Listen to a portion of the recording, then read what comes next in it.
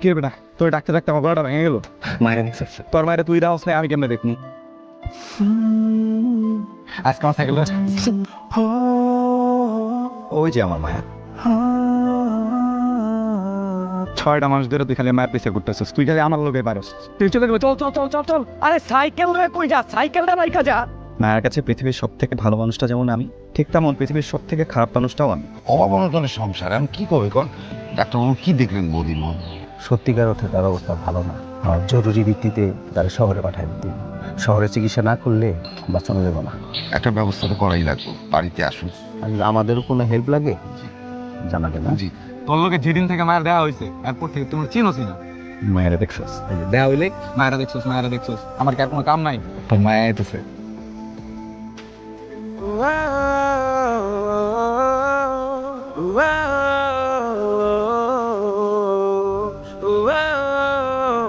মায়াকে আমি অনেক ভালোবাসি। আমরা যখন কাউকে মন থেকে ভালোবাসি, সৃষ্টিকর্তা ওই মানুষটার মনে জায়গা করে দেয়। কিন্তু ওই মানুষটাকে ধরে রাখার দায়িত্বটা আমাদের উপর। আসসালামু আলাইকুম। ওয়ালাইকুম আসসালাম। আসলে আমি একটা কথা বলছি, কানাডা থেকে একটা ভালো ছেলের সন্ধান পাইছি। মেয়ে মায়া আছেন, তাকে কানাডা নিয়েও দিয়া পড়াশোনা করাবো। আমি সবার সাথে কথাবার্তা বলে তোমাকে জানাবো। আসসালামু আলাইকুম। মায়া আমি আসলে তোমার অনেক পছন্দ করি, ভালোবাসি। তোমার মত কি? বেশি কিছু কইতে হইব না, আমারে হবা না কইলি চলো। কিছু একটা তো কইয়া যাও।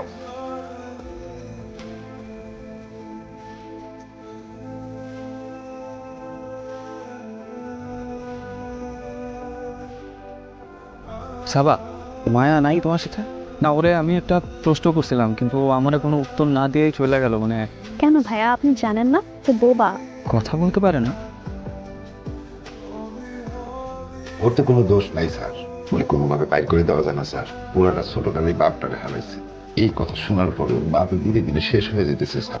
খুব ভালো ভোলা স্যার। দেখুন, আসামি যদি নিরপেক্ষ প্রমাণিত হয় আমরা তাকে ছেড়ে দেবো।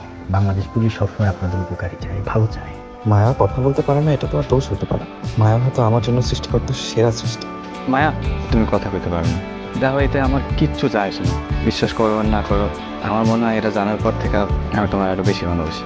তোমার সাথে তো আমি ইশারায় কথা কইতে পারবো না, তোমার মতটা শুধু জানতে চাই। মায়া, তোমার মত যদি হওয়া হয় তাহলে তুমি আমার দিকে ফিরে তাকাই। আমার বিশ্বাসও তাকাবে।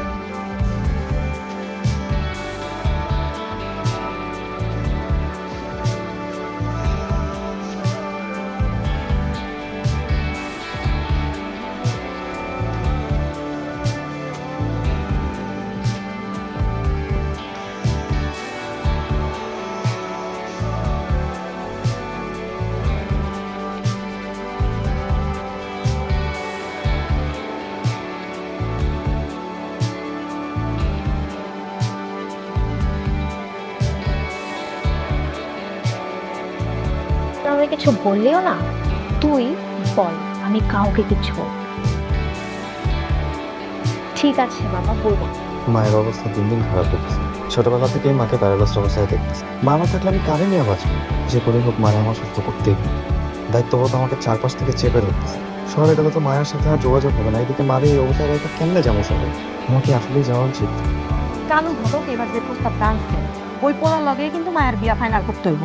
কালু ঘটক তো কইলো পোলা কানাডায় থাকে, তোমার বুবা মায়ের যে বিয়া করতে রাজি হয়েছে, এটাই তো বড় কথা। মানা তো করে তোমার পোলায়, তোমার পোলা নকটা বাইর করে তার বোনের সুখে রাখবো কিনা, তার বোনের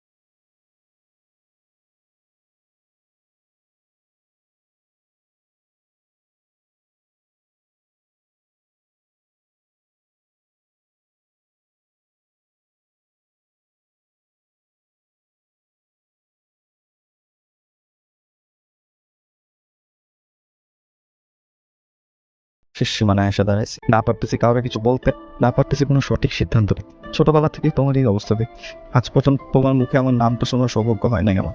তোমার মুখে আমার নামটা শুনতে খুব ইচ্ছা করে মা। তোমার মুখের দিকে তাকাইলে আমার অনেক কষ্ট হয়। মায়ের নিয়ে এভাবে শহর থেকে পালায় যাওয়াটা কি ঠিক হইতেছে মা? কি করা উচিত মা? আমি কি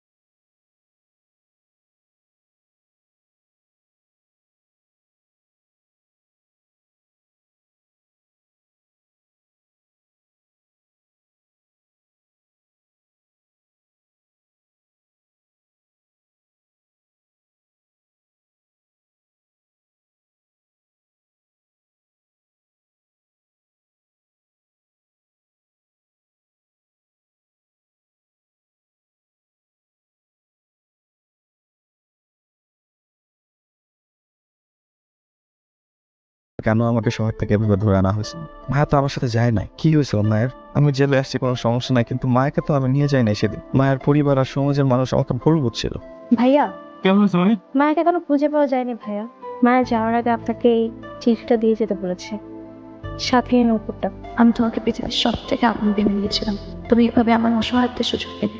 আমি বোবা, কথা বলতে পারি, সব জেনেও আমাকে ভালোবেসেছিল। তোমাকে পেয়ে মনে হয়েছিল তুমি আমার জীবনের শ্রেষ্ঠ পুরুষ। আমি পৃথিবীর সব থেকে ভালো মানুষটাকে ভালোবেসেছিলাম, সেই মানুষটা পৃথিবীর সব থেকে খারাপ মানুষ। আমি তোমাকে কোনোদিনও ক্ষমা করবো না। আমি বেঁচে থাকতে কোনোদিন তোমার সামনে দেখতে চাই না। চলে যাচ্ছি, কেউ খুঁজে পাবে না আমাকে। এই অতীতপুর আমার অনেক আপন ছিল, কিন্তু অতীতপুরের মানুষ আমাকে আপন ভাবতে পারেনি। তাই চলে গেলাম সবাই কিছু, আর কোনোদিন ফিরে আসবো না। কাকিমার শরীর খুব খারাপ। কাকাবাবু তো বাইরে উঠতেছে না, তবে তাড়াতাড়ি ইন্টারভিউ করার ব্যবস্থা করতেছে, দেখতেছি কি করা যায়। কিন্তু জেলে থাকা 7 দিনের মাথায় আমার মা আমাকে ছেড়ে চলে গেল।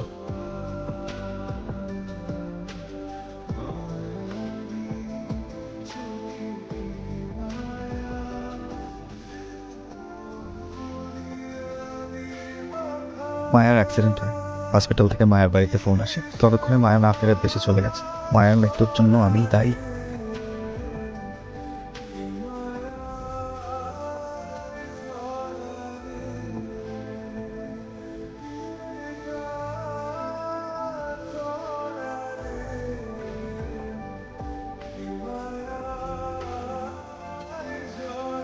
আজ প্রথম তোমার সাথে দেখা। তুমি সবসময় বলতে আমাকে ছাড়া থাকতে পারবে না, কিন্তু দেখো আজকে আমাকে একা রেখে তুমি একা আছো। আমি চাইলেও তোমার কাছে আসতে পারছি না। তোমাকে খুব দেখতে ইচ্ছে করে, কোনোভাবেই দেখতে পারছি না। তুমি যদি পারো মাফ করে দিও আমাকে।